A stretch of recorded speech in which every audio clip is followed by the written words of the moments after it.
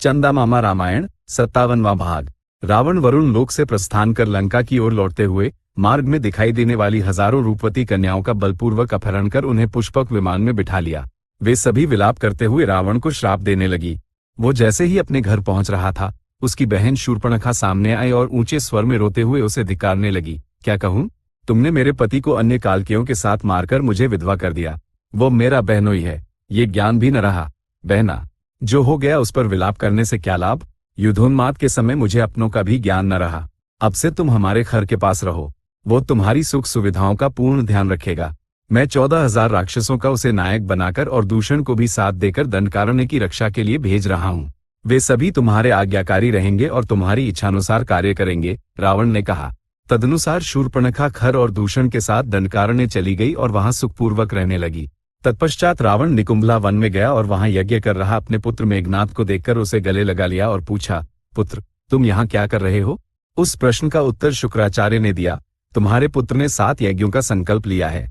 अग्निष्टोम, अश्वमेध, राजसूय, गोमेद और वैष्णव यज्ञों के अतिरिक्त अत्यंत दुर्लभ माहेश्वर यज्ञ करके शिव को प्रत्यक्ष किया और इच्छा अनुसार चलने वाला रथ, सब और अंधकार आच्छादित करने वाली माया तथा अत्यंत शक्तिशाली धनुष बाण वरदान स्वरूप प्राप्त किए हैं। वर्तमान में जो हो रहा है वो अंतिम यज्ञ है। शुक्राचार्य की इन बातों से रावण तनिक भी संतुष्ट नहीं हुआ और बोला, आपने ये कार्य उचित नहीं किया। हमारे शत्रु इंद्रादि की अर्चना के लिए धन नष्ट कर दिया। जितना पुण्य अर्जित किया है वो पर्याप्त है, और मेघनाद को अपने साथ ले गया। तब विभीषण ने रावण को एक दुखद समाचार सुनाया। रावण की बहन के नाते में आने वाली कुंभीन्ना नाम की कन्या रावण के घर में पल रही थी। वह रावण की माता के ज्येष्ठ मामा माल्यवान की पुत्री थी। मधु नामक राक्षस ने आकर जब वहां कोई नहीं था उसका अपहरण कर लिया। उस समय रावण दिग्विजय पर गया हुआ था। कुंभकर्ण निद्रा में था और विभीषण जल में मग्न होकर तपस्या कर रहा था। स्वयं अनेकों कन्याओं का अपहरण करने के उपरांत भी अपनी बहन के अपहरण की बात सुनकर रावण क्रोधित हो उठा। उसने कुंभकर्ण को निद्रा से जगाया, राक्षस वीरों और सैनिकों को युद्ध के लिए सन्नद्ध किया और मधु के नगर मधुपुर पर वहां चढ़ाई कर गया। अपने पति का वध करने के लिए अपने भाई रावण को विशाल सेना के साथ आते देख कुंभीन्ना विलाप करती हुई उसके समक्ष आए और प्रार्थना की, भैया, अपने बहनोई का वध कर मुझे वैधव्य का कष्ट मत दो। रावण कुंभीन्ना की दीनता देख पिघल गया और बोला, मैं तुम्हारे पति का वध नहीं करूंगा। बताओ वो कहाँ है? मैं देवताओं को जीतने स्वर्ग जा रहा हूँ, उसे भी अपने साथ ले जाऊंगा। कुंभीन्ना ने अपने पति मधु के पास जाकर कहा, मेरे भाई तुम्हें देवताओं से युद्ध करने के लिए बुला रहे हैं, जाओ। ऐसे प्रतापी का साथ हमारे लिए बहुत अच्छा होगा। मधु रावण के पास आया और अर्घ्यपाद्य से उसका सत्कार कर अनेक सम्मान दिए। रावण एक रात अपने बहनोई का आतिथ्य स्वीकार करके अगले दिन प्रस्थान कर वैश्रवण कुबेर के निवास कैलाश पहुंचा। संध्याकाल होने के कारण रावण की सेना ने वहीं पड़ाव डाल दिया। उस रात्रि चंद्रमा निर्मल चांदनी बिखेर रहा था और शीतल मंद समीर बह रहा था। वृक्षों के मध्य किन्नर समूह गान कर रहे थे। कुबेर के प्रासाद से अप्सराओं के गायन का स्वर सुनाई दे रहा था। सर्वत्र पुष्पों की सुगंध व्याप्त थी। पर्वत पर बैठकर चांदनी में चारों ओर के दृश्यों को निहारते हुए रावण विरह की पीड़ा उत्पन्न हुई। उसी समय अप्सराओं में श्रेष्ठ रंभा निद्रा में मग्न रावण की सेना के मध्य से गुजर रही थी।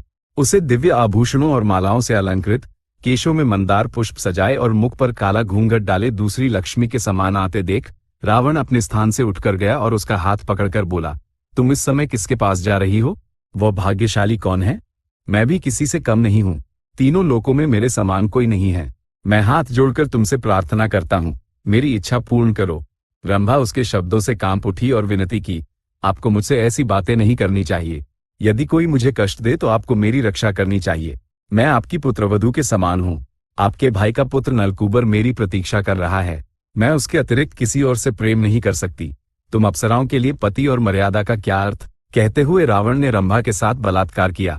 रंभा कुचले हुए पुष्प और टूटी हुई लता के समान अत्यंत लज्जित, भयभीत और दुखी होकर नलकूबर के चरणों में जा गिरी और रावण द्वारा किए गए अन्याय के विषय में बताया। नलकूबर ने अत्यंत क्रोधित होकर जल का स्पर्श किया और श्राप दिया, यदि रावण भविष्य में अपनी इच्छा के विरुद्ध किसी स्त्री के साथ बलात्कार करेगा तो उसका सिर सहस्त्र टुकड़े हो जाएगा। इस श्राप के विषय में सुनकर रावण द्वारा अपहृत उन स्त्रियों को परम आनंद हुआ जो पतिव्रता थी। रावण ने भी उस दिन से स्त्रियों का बलात्कार करना छोड़ दिया। रावण कैलाश से प्रस्थान कर अपनी सेनाओं को स्वर्ग की ओर ले गया। राक्षस सेना द्वारा स्वर्ग को चारों ओर से घेर लेने का समाचार सुनकर इंद्र ने देवगणों को युद्ध के लिए सचेत किया और विष्णु के पास जाकर पूछा, रावण ने आक्रमण कर दिया है, अब क्या करें? पूर्व में आपकी सहायता से हम सबने राक्षसों को जीता था, क्या आप चक्र धारण कर रावण से युद्ध करेंगे? मैं अभी युद्ध नहीं करूंगा, वह हमारे हाथों नहीं मरेगा, क्योंकि अभी उसका समय नहीं आया है। वर्तमान में तुम स्वयं उसका सामना करो, भयभीत होने की आवश्यकता नहीं है, विष्णु ने कहा। देवताओं और राक्षसों के मध्य भीषण युद्ध हुआ। रावण की सेना का नेतृत्व उसके नाना सुमाली ने किया, जो इस युद्ध में सावित्र नामक वसु के हाथों मारा गया। राक्षस सेना को भी भारी क्षति हुई। 10 में से 9 राक्षस मारे गए। इंद्र ने अत्यंत पराक्रम से युद्ध किया और रावण को जीवित बंदी बना लिया। ये जानकर मेघनाद ने अपनी माया का प्रयोग किया और अदृश्य होकर युद्ध करते हुए इंद्र को बंदी बना लिया और अपने पिता को मुक्त कराया। उसने कहा, युद्ध समाप्त हुआ, हमारी विजय हुई। देखिए, इंद्र हमारे वश में है। अब आप तीनों लोकों पर शासन करें। इंद्र को बंदी बनाने के कारण मेघनाद इंद्रजीत कहलाया। अपने पुत्र और बंदी इंद्र को साथ लेकर रावण लंका लौट आया।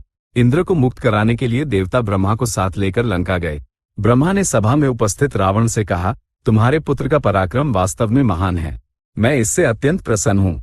आज से तुम्हारा पुत्र इंद्रजीत के नाम से विख्यात होगा। उसे कोई जीत नहीं सकेगा। उसकी सहायता से तुमने देवताओं को जीत लिया है। अब इंद्र को मुक्त कर दो। पितामह, यदि इंद्र को मुक्त करना अनिवार्य है तो मुझे अमरता प्रदान करे, इंद्रजीत ने कहा। पुत्र, किसी भी प्राणी के लिए पूर्ण अमरत्व संभव नहीं है, ब्रह्मा ने कहा। यदि ऐसा है तो मुझे भी पूर्ण अमरता नहीं चाहिए। मैं आपकी प्रसन्नता के लिए प्रतिदिन अग्नि की मंत्रों और हवियों से अर्चना करूंगा। मेरे युद्ध पर प्रस्थान करने से पूर्व अग्नि से अश्वयुक्त रथ प्रकट होना चाहिए। जब तक मैं उस पर रहूं, मैं अमर रहूं। यही मेरा अभीष्ट वरदान है। यदि मेरी अग्नि अर्चना पूर्ण न हो तो भले ही मेरी मृत्यु हो जाए, उसने कहा। ब्रह्मा के सहमत होने पर उसने देवेंद्र को मुक्त कर दिया। इंद्र सहित देवता स्वर्ग लौट गए। युद्ध के उन्माद में रावण जब भूलोक का भ्रमण कर रहा था तब उसे कुछ पराजयों का भी सामना करना पड़ा।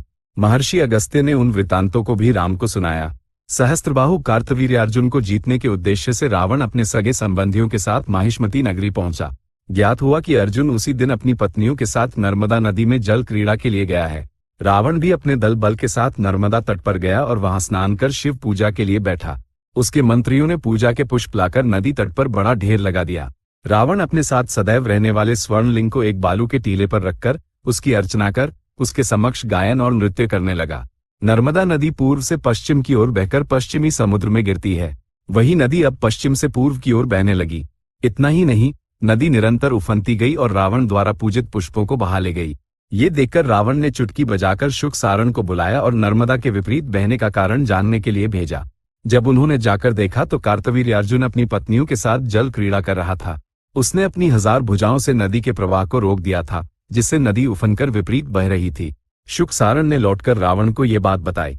उन द्वारा वर्णित उस विशाल वृक्ष के समान व्यक्ति को कार्तवीर्यार्जुन समझकर रावण युद्ध के लिए निकल पड़ा और उसके मंत्रियों से बोला, अपने राजा से कहो कि रावण उसे युद्ध के लिए ललकार रहा है। युद्ध के लिए तुमने क्या ही समय चुना है? जब राजा स्त्रियों के साथ जल क्रीड़ा कर रहे हों तब क्या युद्ध के लिए पुकारा जाता है? कल आना और हाथों की चपलता मिटाना, मंत्रियों ने कहा।